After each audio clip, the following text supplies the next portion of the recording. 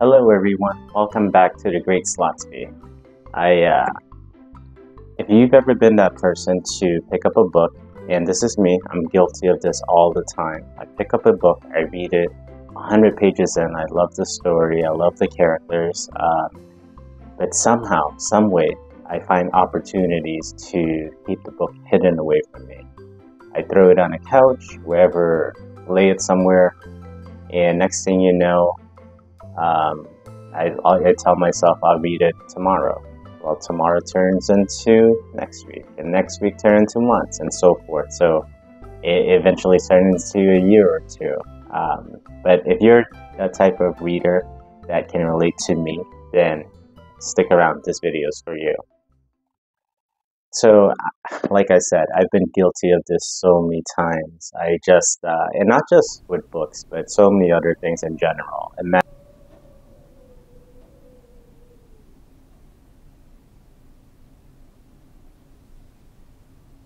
Yeah, if you really enjoy that book like I have, but somehow still find ways to not read it, then this is for you. Like, I feel bad for almost neglecting certain books that I really enjoy. I really want to go back into it, so it's just finding the motivation to. I just got the strangest feeling. Anyways, imagine workout equipments. I'd buy workout equipment trying to get fit, and next thing you know, uh, the workout, say a dumbbell, it collects dust and it just gets underused and not used at all. So um, sometime back in 2023 is when I started finding ways that work for me to keep myself motivated with reading. And extended beyond reading. I first started journaling, and that really helped. But what really helped me was first really looking into why. Why am I not motivated to read after so many good pages that I've already invested time in? And one of the first thing was because I did not keep it visible to me. I basically threw it on a couch, threw it on a bed, wherever I threw it. Eventually, clothes got over it, blanket got over it, something got over it, kept it hidden from me, and it's not in my sight anymore. When that happens, I believe for myself, eventually I forget about it. And the more that I do that, the more that I am less likely to go back and read it. So now, whenever I'm reading a book, I always leave it somewhere that's visible. The more visible it is to me is like a signal cue or a mental stimulation that brings me back to the book. I know that once I see it, oh yeah, I have this great book that I'm reading. I'm not going to forget it about it this time. Um, so I go back to it and have it within sight, not behind. If it's on a table, not behind a tissue box, not behind like a water bottle. It's there. It's there for me to pick up. Second thing is I started to create concrete plans, meaning, so when I started journaling, I started thinking of ways like, how can I read that's not too overwhelming? Because reading can be overwhelming. Even if you enjoy it, it can be daunting. Um, so one of the plans was to read one chapter a day. And if the chapters are short, if the book is it's not a lengthy book, I would extend it to two chapters.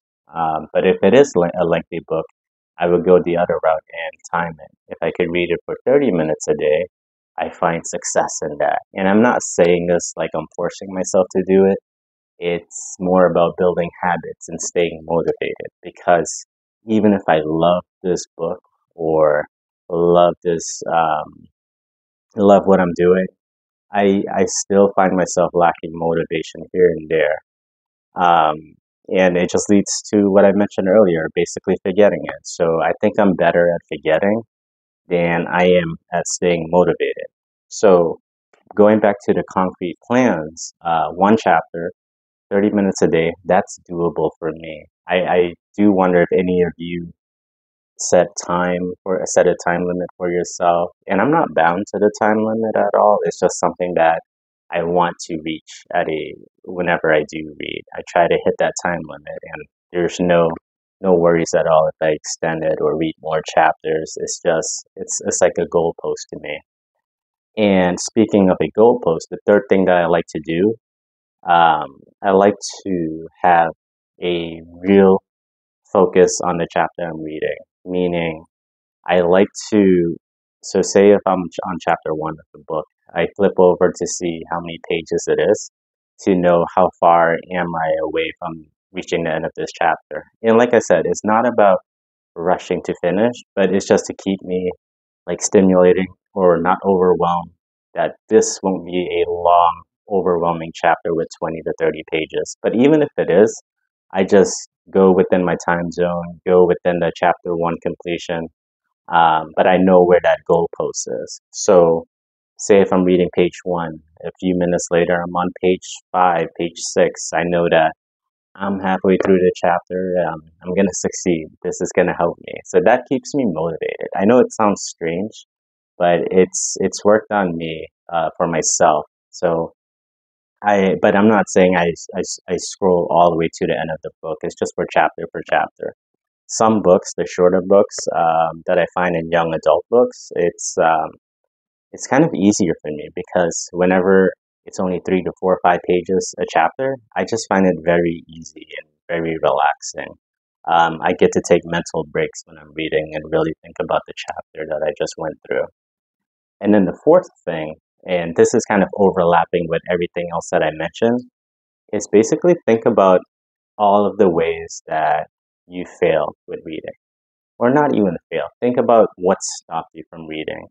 When I'm thinking of this last thing, this last tip for myself, or the last thing that I use is thinking of taking away any friction at all when it comes to reading. For me, I identify that if I put it somewhere where I don't see it, it's going to be a challenge for me to read. So I wonder what it is for you. What are some of the things that made you not read or stop you from reading? And I understand that sometimes life happens and that takes us away from reading. But there are subtle ways that we can look into our own ways of not reading. If the book is too word heavy or too heavy in the words that they're using where it doesn't make sense, I would like to, and I mentioned this in my first video, to stop me from stopping the book overall. Sometimes the words are too heavy for me to understand, too complex for me to understand. I like to have a dictionary on hand. I like to use my phone too, but I got to be careful of that because if I'm scrolling onto a different app, it's gonna totally distract me. So if I'm using my phone, it takes more control to look for the word in a dictionary website. But that's why I like to have a dictionary on me. So that's right there is taking away ways, uh, taking ways that would stop me from reading. If I stop at a word, I'm going to look it up. I'm going to go back into it, but I'm going to continue. If context clues not helping, I'll still continue and I'll go back into it if I want to understand it a little bit more. Or sometimes, if that book is just too complex, I'll come back to it at a different time.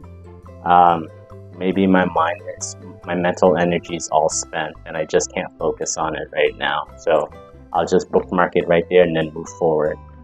So I mentioned earlier, there are so many ways that we can keep ourselves motivated. These are just some of the things that work for me.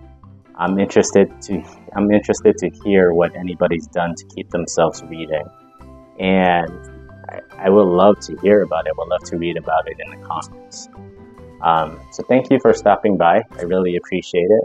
I'll see y'all next time.